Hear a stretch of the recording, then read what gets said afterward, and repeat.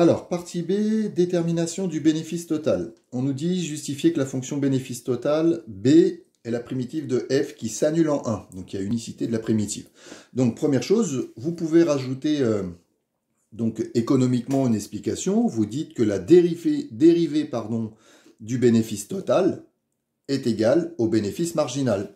Moi, j'ai traduit ça directement par l'égalité mathématique. La dérivée de B' égale f de x. D'accord? Toujours le lien entre bénéfice total, bénéfice marginal. Donc, si on a ça mathématiquement, on prend une fonction b, on la dérive, on retrouve petit f. Ça veut dire que b est une primitive de petit f. Pour l'instant, on dit une primitive. Mais on sait également, donc vous notez la phrase de l'énoncé entre guillemets, que le bénéfice total B de l'entreprise est nul pour la fabrication et la vente quotidienne de 100 pièces. Donc comme les quantités sont exprimées en centaines, on aura la condition B de 1 égale 0. Donc avec ces deux choses, c'est une primitive 2 plus B de 1 égale 0, et bien on pourra conclure B est donc la primitive de f qui s'annule en 1. Deuxièmement, on nous demande de montrer que grand f, la fonction qu'on nous donne, est une primitive de petit f sur 1,6. Donc là, il y a les deux méthodes qui sont acceptées, ou vous partez de petit f et avec les formules de primitives, vous retrouvez grand f, ou vous partez de grand f et vous dérivez, ce qui est généralement mieux justifié, donc c'est ce que j'ai noté au tableau.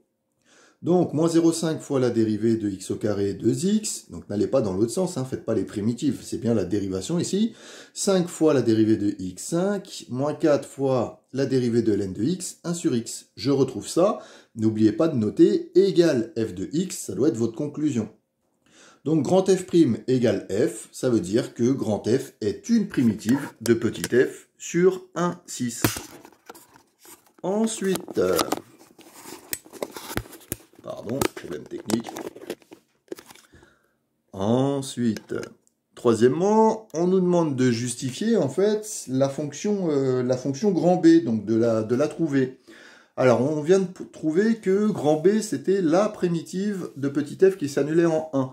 Donc, et on a grand f qui est une primitive. Donc, on sait que grand B, comme toutes les primitives de petit f, diffèrent d'une constante. On rajoute une constante à chaque fois, on sait qu'elle va s'écrire sous la forme b de x égale une primitive plus une constante. Et on sait également que b de 1 est égal à 0. Donc cette condition va nous permettre de déterminer cette constante et donc de déterminer l'expression de la fonction grand B. Donc b de 1 égale 0, si je remplace, ça fait grand f de 1 plus k égale 0. Grand f de 1, quand je remplace dans l'expression de grand f, ça fait 4,5. Et donc ma constante, ça fera moins 4,5. Je vérifie, grand B, c'est grand f de x, la primitive qu'on a déterminée, plus la constante, c'est-à-dire moins 4,5. Le bénéfice total, il est exprimé en dizaines de milliers d'euros parce que le bénéfice marginal est exprimé en fait dans cette même unité. Ensuite, partie C.